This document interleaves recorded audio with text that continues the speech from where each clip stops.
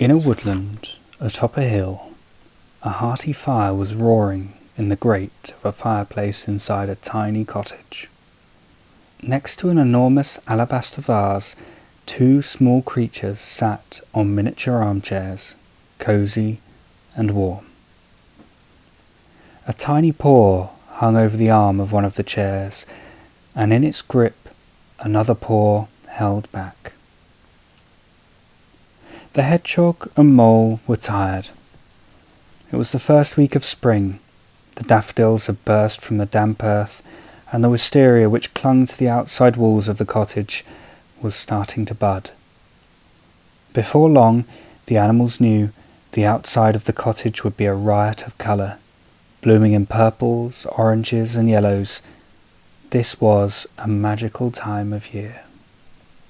The hedgehog had spent the last few days turning over the soil in the flower beds, and had sown the seeds for a selection of beautiful and natural cottage flowers. The mole had been fixing the roof, no more leaks, greasing the door, no more squeaks, and scrubbing the floor clean for the 100th time as the hedgehog kept dragging her muddy paws across it. The work was exhausting, and yet fulfilling and rewarding. They had earned their cups of tea in front of the fire. The hedgehog, always a little sleepy, though not always sedate, felt her eyelids grow heavy. "Read me something, Mole," she asked, hoping that the mole had been able to fit in some writing amongst the chores she had set for him. "Let me see," replied the mole with a stretch. "I think I've got something here which will be just right. Are you sitting comfortably?" "I am," said the hedgehog, settling deeper into her armchair with a sigh. The mole, who in his right paw held a manuscript, adjusted his glasses and squeezed the hedgehog's paw in his left.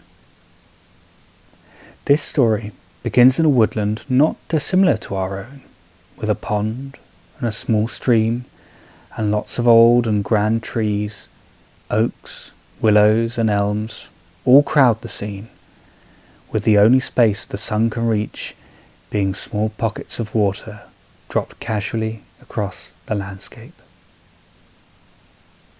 This is how the story went. There was, one day, a small duck. He wasn't the biggest duck of his brothers and sisters. He wasn't the quickest. He couldn't fly as high as most, and he could not dive as deep. There was one way, though, in which this duck was special. He had an exceptionally large heart. He always did well by his brothers and sisters, and even though he knew he wasn't the fastest, quickest or strongest, he would always outdo them all for effort. He was dedicated, the most honest and humble of creatures. He would always try to bring joy and happiness wherever he went, and he would almost always succeed. One day, he found himself separated from his siblings and was alone in the reeds by the riverbank. The water passed lazily over his webbed feet and tickled his legs.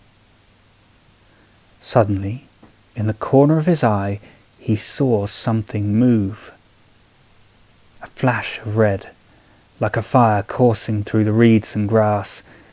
Before he knew what was happening, he was staring straight into the face of a giant fox. "Well, hello, little duck," the fox deeply growled, licking his lips. The duck, born without fear and without exposure to danger, stared straight back.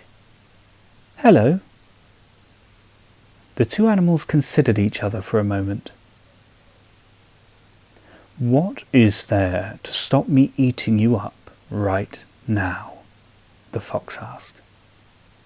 "Well, I'm only a small duck, and I wouldn't make much of a dinner," the duck replied. Said the fox. "Perhaps you're right. Perhaps I should wait for you to grow a little older, and then we'll see." "What can I do?" exclaimed the small duck. "What can I do to stop you from eating me alive?" The fox thought. He thought for a long time. "I know," he said eventually. "If you can find yourself the most beautiful duck as a mate, then, and only then, will I let you live."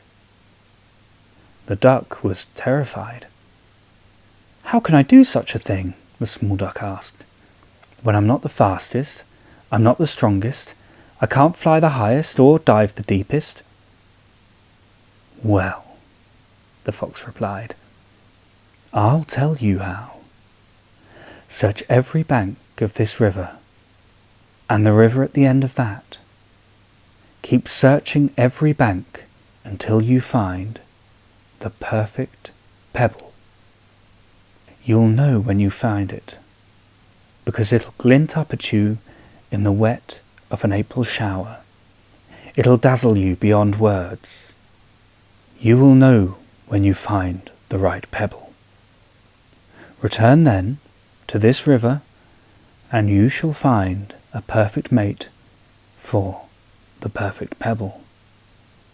Return without the pebble, and there'll be no perfect mate, and I'll have a hearty dinner that night."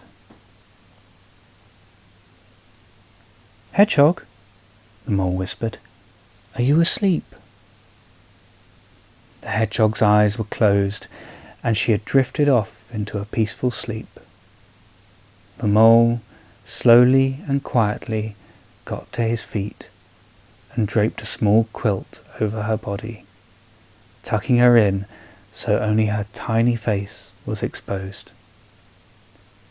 She slept, and the mole, contented, sat by the fire and closed his eyes.